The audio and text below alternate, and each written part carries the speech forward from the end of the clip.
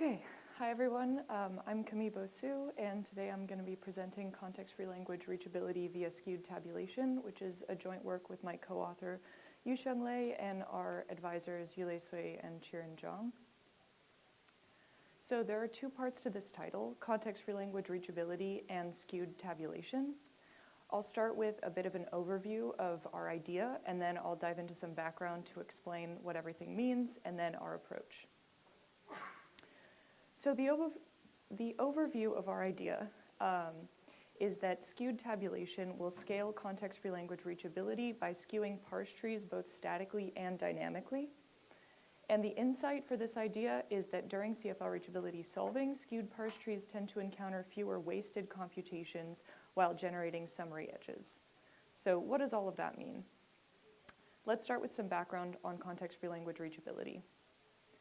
CFL reachability is a fundamental framework for program analysis like the ones we've heard about today, and all of these analyses, as an example, can be reformulated as context-free language reachability problems. CFL reachability, or an instance of CFL reachability, has two inputs, a context-free grammar CFG, which represents the analysis specification for the program analysis, and an edge-labeled graph G, which is the abstraction of the program that you're analyzing. Let's go over an example. So here we have an input CFG and an input graph G. And let's take a look at the path from S to W, labeled by the string CDB. So this CFG is composed of non-terminals and terminal symbols, where the terminals are lowercase and represent the alphabet of strings that we can generate with this grammar. And starting from the start non-terminal, we can follow grammar rules, starting with S, and then following the rule S generates AB, and then A generates CD and B generates B, and we obtain the string CDB. So that, following those rules in the grammar, we get the string CDB. And this means that the string CDB is in the language of this grammar. And because CDB also labels the path from S to W, we say that W is S reachable from S, where S is the start non-terminal in our grammar. Similarly, X and T are S reachable from S in this example, following the B generates BB rule. So the output of CFL reachability is the set of S reachable pairs in the input graph. Now let's talk about tabulation. So tabulation, or RHS tabulation, which stands for Reps-Horwitz-Sagiv, is a method to calculate and record results to avoid redundant computation in CFL reachability. So going with our same example from previously and following the path from S to W, RHS tabulation takes edges one by one and checks the adjacent edges to that edge, and then does a bottom-up approach using the input grammar. So taking the edge pair CD, for example, we check if any of the rules in the input grammar have a pair CD on the right-hand side of that rule.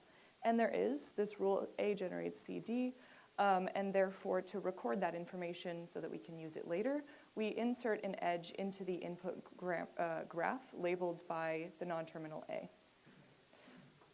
And we do the same thing for this edge B. And these later inserted edges are called summary edges because they summarize reachability information. So we can use that information again later on when we encounter these edges in this work list algorithm. Let's say we encounter the edge from S to V labeled by A, and we notice this neighboring edge from V to W labeled by B. Following the same procedure, we see that there's a rule S generates AB, where AB is on the right-hand side. And so we've discovered a new summary edge S. And this S edge from S to W summarizes the reachability information that we found earlier, which is that W is S reachable from little s.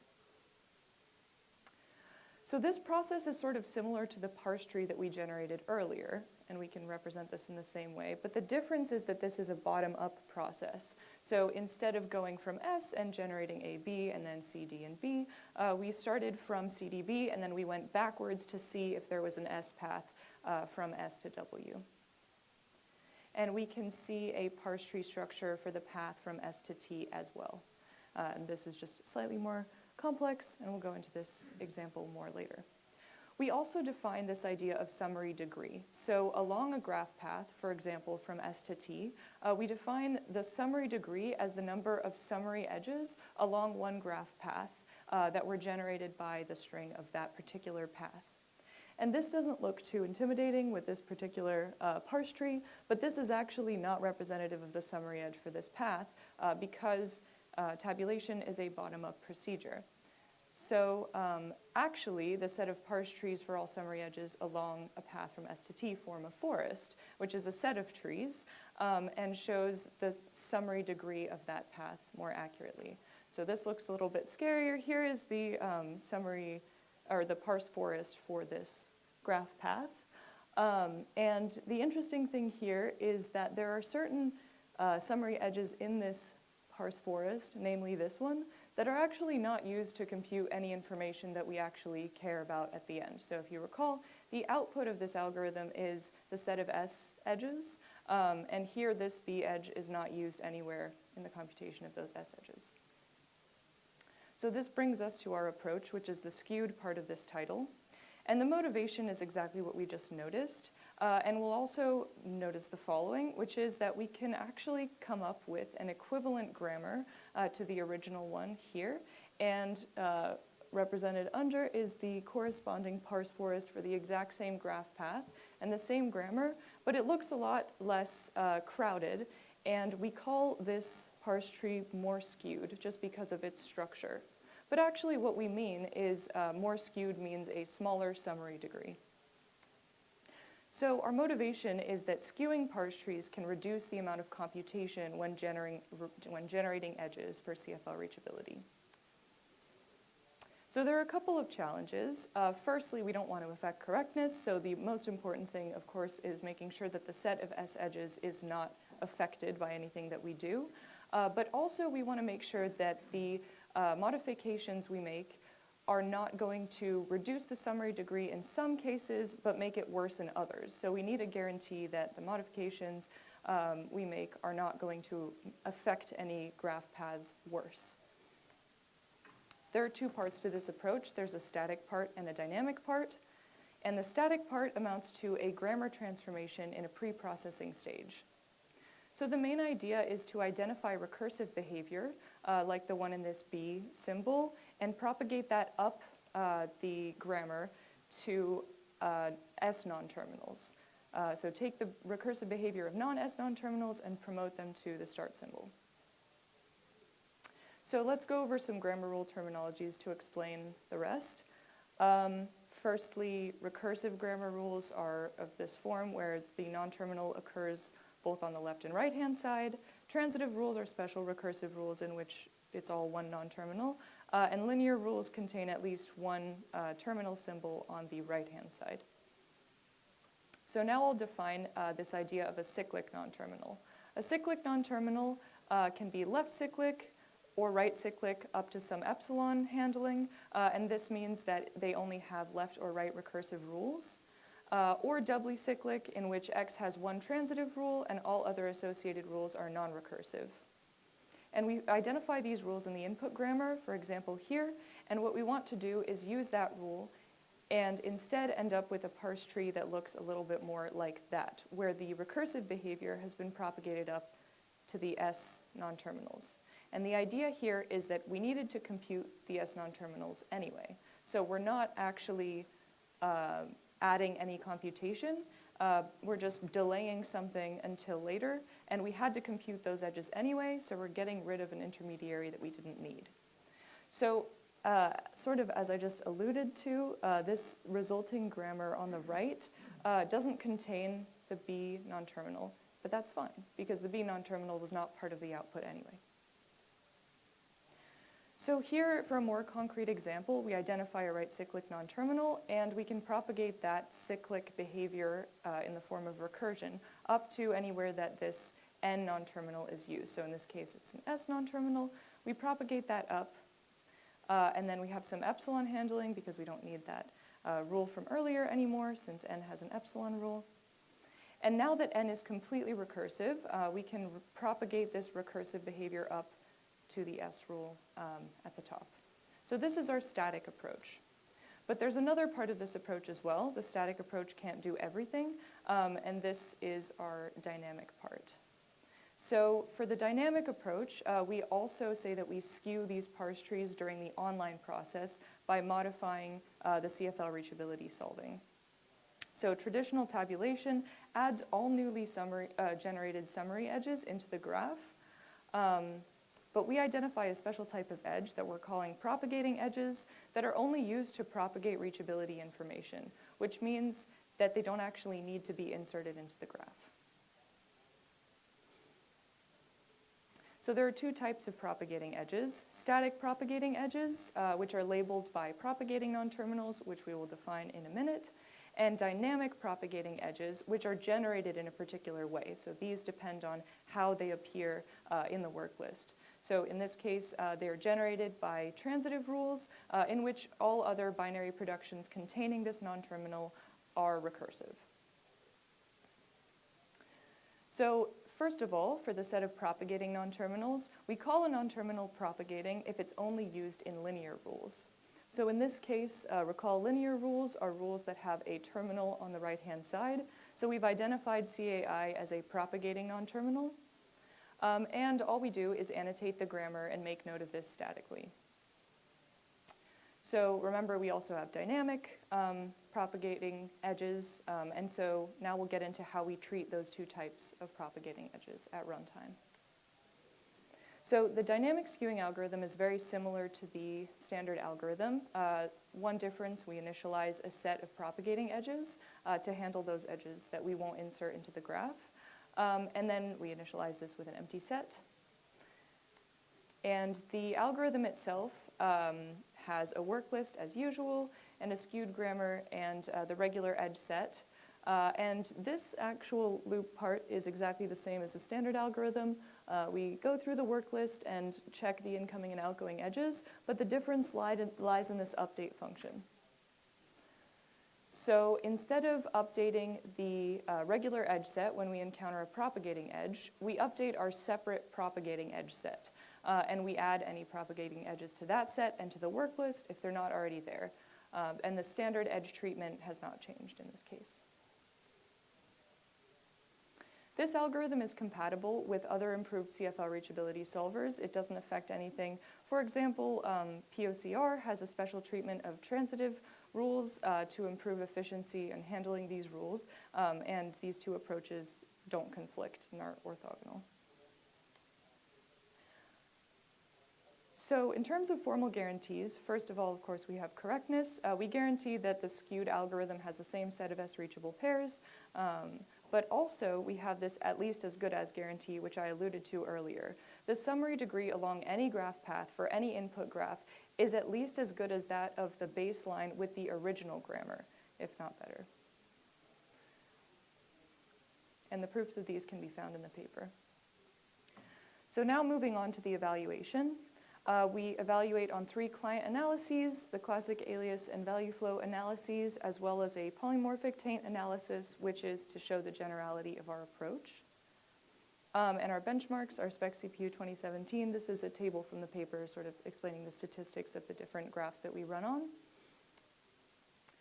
So let's get into first the results of the static skewing. I've highlighted in green the start non-terminals since they're not all called S in our input grammars. And we can see that for the cases of alias and taint analysis, indeed some recursion has propagated up to those start non-terminals. Yes, but for value flow, nothing has changed in terms of the static skewing propagation. However, in all 3 of the cases, the propagating non-terminals were populated, so those can be used dynamically. Our evaluation compares 3 approaches, CFL skewed, which is our approach, CFL-RHS, which is the traditional algorithm that I presented earlier, and Souffle 8, which is a state-of-the-art data log tool that can also be used for CFL reachability, and this is an 8-threaded version, and we use this to show that our single-threaded approach is comparable to an 8-threaded multi-threaded approach for the same problem. So first, let's get into the reduction of non-S summary edges. So this might look a little bit surprising, but remember that we can only reduce non-S summary edges, and so we're not measuring those in this graph. But here we can see that we've reduced a lot of the non-S summary edges, especially in the case of alias analysis. That's partly because of the propagating non-terminals, which are not inserted into the graph, but also because of the modifications in the grammar, which made certain intermediate edges that were not necessary to the language disappear. And for taint analysis, the results are the least impressive, but still we're getting up to 50% reduction in non-S summary edges in some cases, which is pretty good. Then in terms of speed, we have the 3 analyses here. Our results are in green, and these are normalized to the standard evaluation, which is normalized to 1. So here the numbers that you're seeing are times for speed up. So the maximum, I think, here is for alias analysis, so that's a 6 times speed up. But we can see in most cases for alias analysis and taint analysis, we are doing a lot better in we're always speeding up by a significant margin. You may notice that for taint analysis, there are some results that are missing.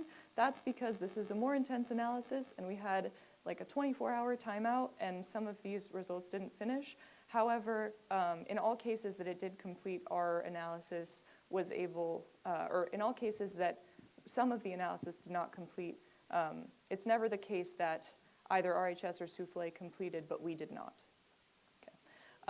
And then also for value flow analysis, the speed up is slightly less impressive. However, we're still doing marginally better in all of the cases.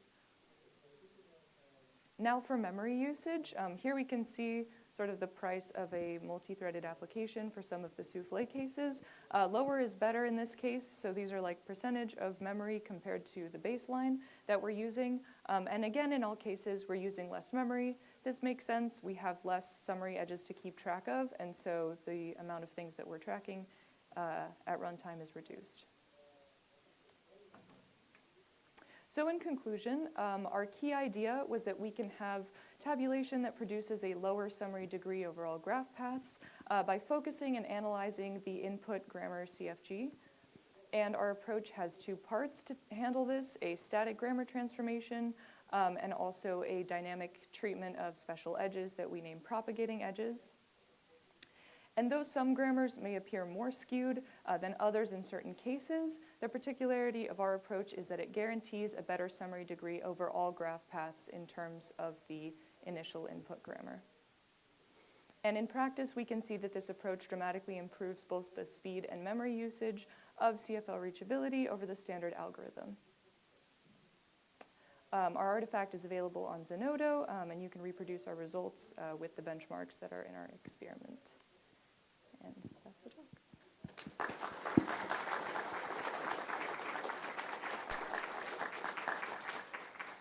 One quick question.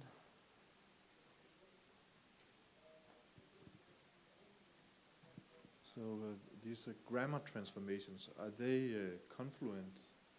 And if not, is there sort of an optimal order in transforming the grammar or do you search for the one that produces the smallest scheme, or what do you do? So basically, we look at things in terms of, I guess I simplified some of the explanation for the talk, but we look for, we accept a set of target non-terminals, which we don't modify. So usually you include the start non-terminal in that. And then we look at all non-terminals that are cyclic and that are used in recursive rules. And there isn't an enforced ordering, like we don't do a search on doing different optimization passes. We just sort of do the first thing. I guess. So it's a greedy. It's a greedy approach. Yeah, the problem, as I'm sure you know, with grammar transformations and grammar things in general, is that most of checking if things are equal is generally undecidable. So, yeah, we have to be sort of greedy in the things that we transform. Yeah. All right, if there are more questions, take them after the session. Thanks again. Thank you.